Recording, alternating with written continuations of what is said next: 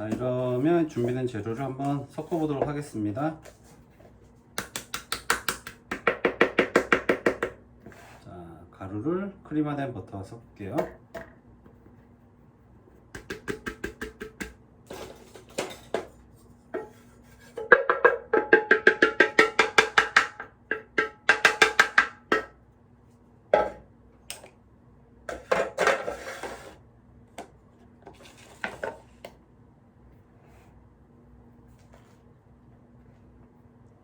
자, 여기서 섞으실 때 가루가 날리지 않을 정도로만 가볍게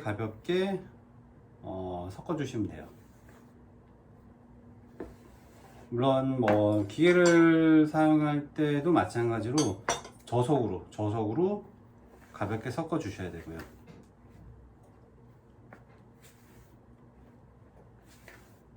이렇게 이제 가루가 보이지 않을 정도로만 섞어 주시면 될 것 같습니다.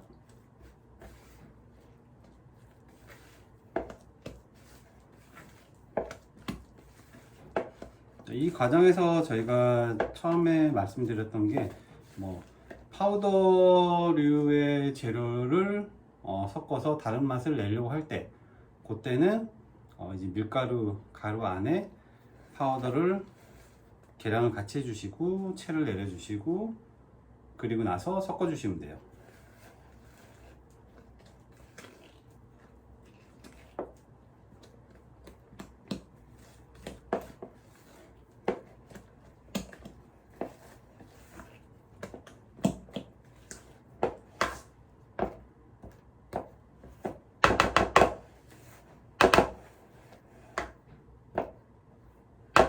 이렇게 섞어주시고, 좀 휘핑이 좀 섞는 게 부족하다고 생각하시고 아니면 뭐 가루가 조금 남아있지 않을까 우려가 되면 휘퍼로 가볍게만 좀 저어주시면 됩니다.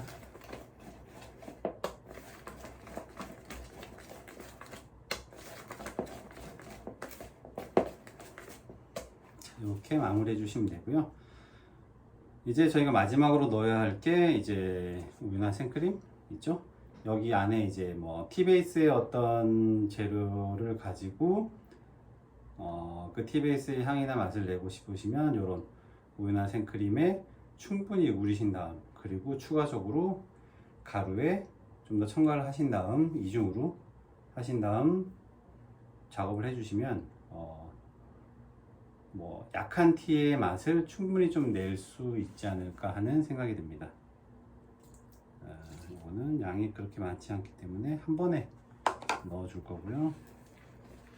자, 가볍게 섞어 주는데, 제가 말씀드렸었죠, 여기서 이제 주의할 부분이 환경에 따라서 너무 추운 온도가 이 환경에 유지된다고 하면 차가운, 이제 다 완성이 잘 됐지만 거기에 차가운 우유나 생크림을 넣을 때 또 반죽이 굳을 수가 있어요. 그때는 물론 반죽이 다 완성이 된 상태이기 때문에 크게 뭐 반죽 영향은 없겠지만, 팬닝하는 과정에서 이제 굉장히 좀 작업이 불편해지겠죠. 그런 이유 때문에 이 만드는 총 이 모든 과정상의 작업에 어떤 불편함이 없도록, 제품에 영향이 미치지 않도록 모든 주변 환경을 고려를 해주시면 좋을 것 같아요.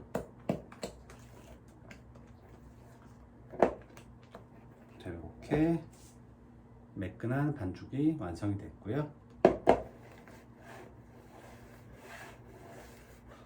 자, 오늘 저희가 이제 이 안에 맛을 낸 게 바닐라 빈인데, 바닐라 빈을 저희는 이제 버터크림이 완성되고 나서 넣었지만 이제 가루를 넣기 전이죠. 뭐 이 페이스트 같은 경우는 차가운 상태도 충분히 섞이고 향이 충분히 우러나기 때문에 이 반죽에 다 되고 나서 넣으셔도 아까 말씀드렸다시피 크게 지장은 없어요.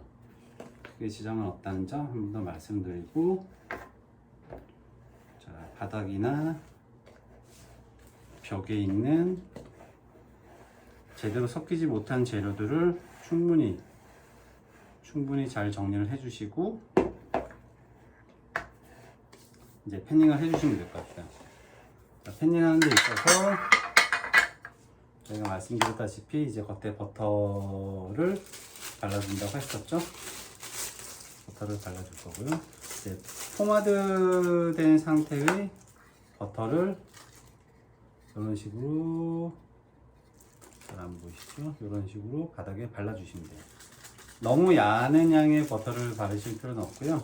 그냥 이 코팅팬에 충분히 그냥 골고루 이 버터의 얇은 층이 형성이 될 정도만 작업을 해주시면 돼요. 이렇게 모서리에 낀 많은 양의 버터가 있다면 없애주시는 게 좋고요. 이제 녹인 버터를 뭐 바르면 안 되냐고 또 많이 물어보시는데, 녹인 버터를 바르게 되면 이제 뭐 적절한 어떤 선선한 환경이면 금방 굳겠지만, 이제 온도가 너무 덥다면 그 녹인 버터가 이 파운드 팬에 붙어 있지 않고 그냥 흘러내릴 수가 있어요. 흘러내려서 바닥에 다 가라앉을 수도 있기 때문에, 가능하면 조금 더 불편하더라도 이렇게 포마드된 상태의 버터를 파운드 팬에 발라주시는 것이 좀 더 안전하고 좋을 것 같습니다.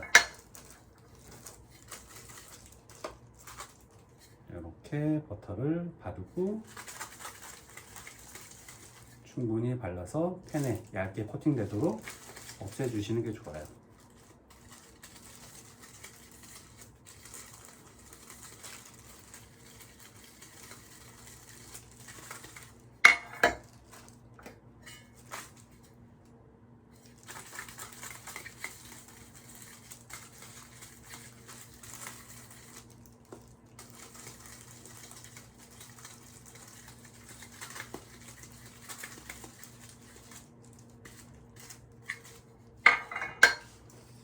이제 팬에 이제 버터가 다 코팅이 되면은 반죽을 넣으셔도 되고요.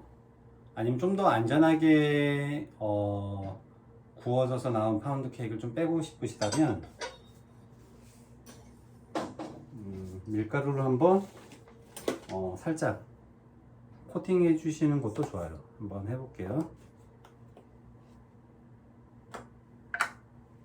여기서 이제 주의하셔야 될 게 이렇게 뿌리게 되는데, 너무 많은 양의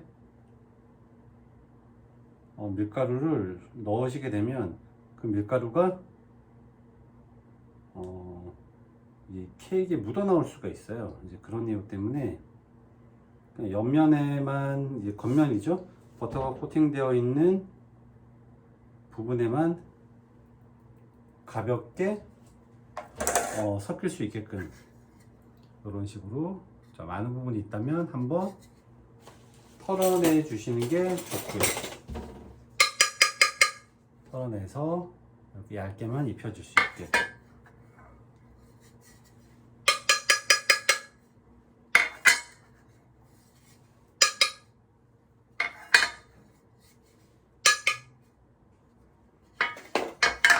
이렇게 팬이 준비가 됐고요. 이제 짤주머니에 넣고 패닝을 해보도록 할게요.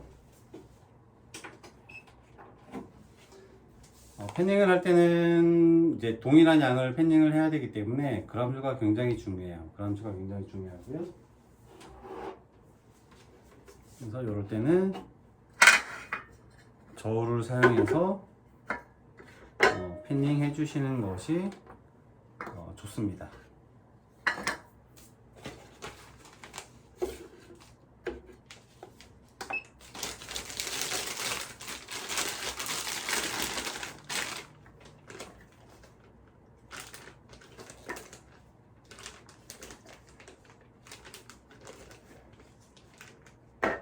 항상 짤주머니에 넣으실 때는 너무 많은 양을 담으시면 안 되고요.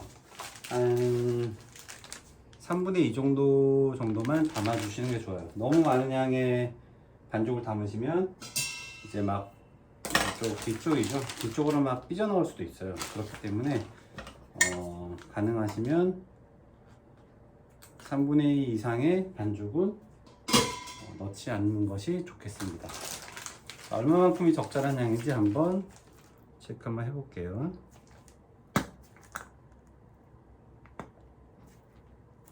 자, 이런 식으로 팬닝을 해주시면 되고요. 자, 여기서 이제 파운드 케이크 같은 경우는 저희가 이제 팬닝을 하고 나서 이제 그대로 굽는 게 아니고, 자 보시면 이런 식으로 가운데는 들어가고 끝은 나오고 이런 식으로 팬닝을 해주셔야 돼요. 그래야지 가운데가 이쁘게 뻥긋하게 솟을 수가 있어요. 편편하게 하면 전체적으로 솟아서 파운드 이제 볼록한 약간의 모양을 저희가 표현하기가 어렵기 때문에 이 부분 유념하셔가지고 이렇게 짜 주시는 것이 좋겠습니다.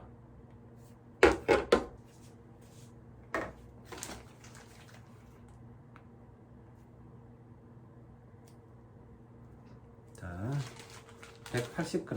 180g 세팅이 됐고요.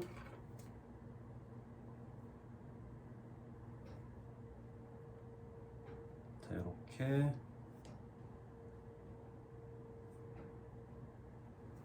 이런 식으로 가운데가 들어갈 수 있게 팬닝을 해주시면 좋을 것 같아요. 자, 180g씩 저희가 이제 팬닝을 해보도록 할게요.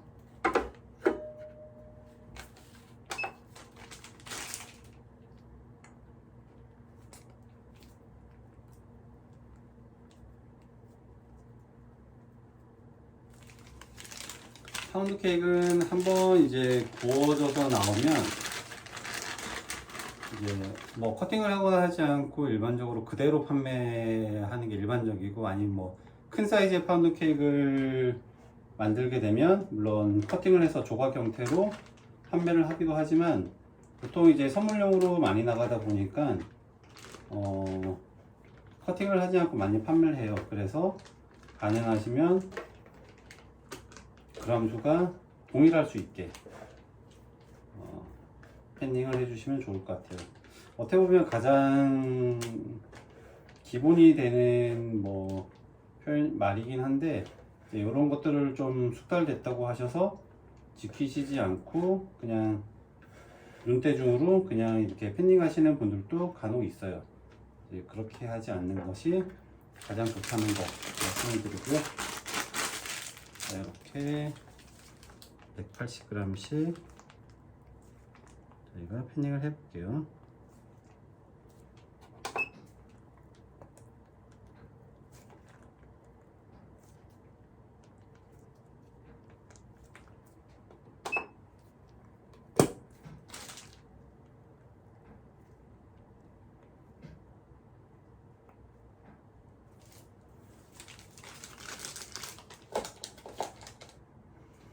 이렇게 180g씩 팬닝이 됐고, 팬닝이 된 파운드 케이크를 처음에 보여드렸던 것 같이 끝부분을 이렇게 올라오고 가운데 부분은 들어갈 수 있게 정리를 해 보도록 할게요.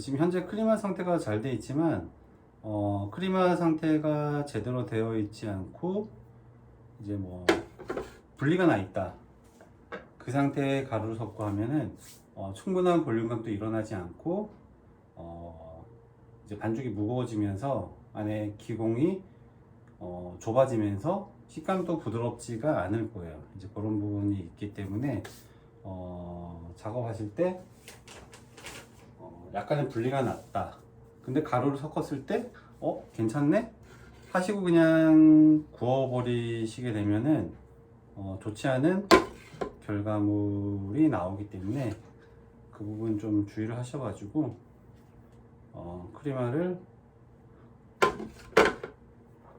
첫 번째로 크리마를 잘 하실 수 있게 주의를 해주시면 좋을 것 같습니다. 이렇게 피시고 나서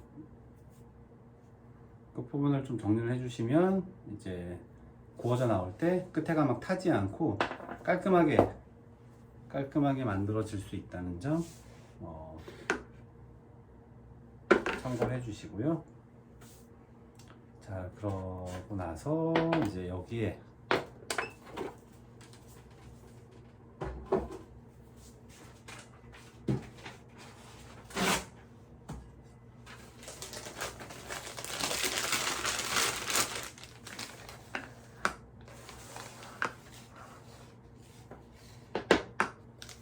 보통 파운드 케이크 보면은 가운데가 이렇게 갈라져 있을 거예요. 이렇게 좀 벌어진다고 해야 되죠, 바게트 빵처럼. 그런데 그렇게 만들려고 하면 두 가지 방법이 있어요. 가운데 버터를 짜주거나 짜고 나서 굽거나, 아니면 굽는 도중 윗면에 색깔이 나면 그때 버터를 살짝 짜주거나, 아니면 칼집을 내주거나 하는 방법이 있는데 오늘은 버터를 가운데 살짝 짜주는 걸 할게요. 대신에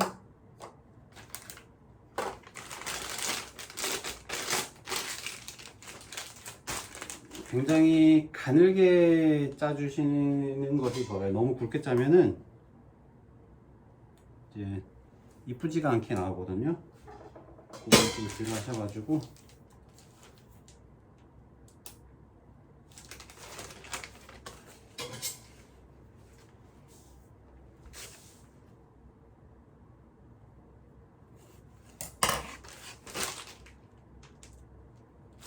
자, 가운데를 짜보도록 할게요.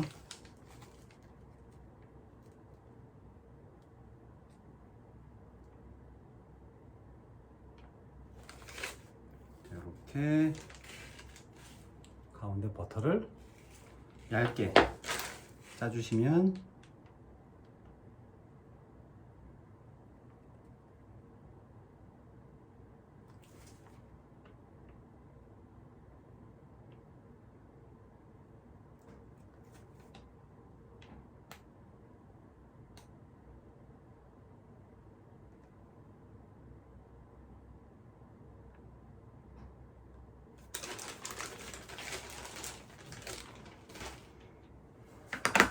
이렇게 준비가 됐고,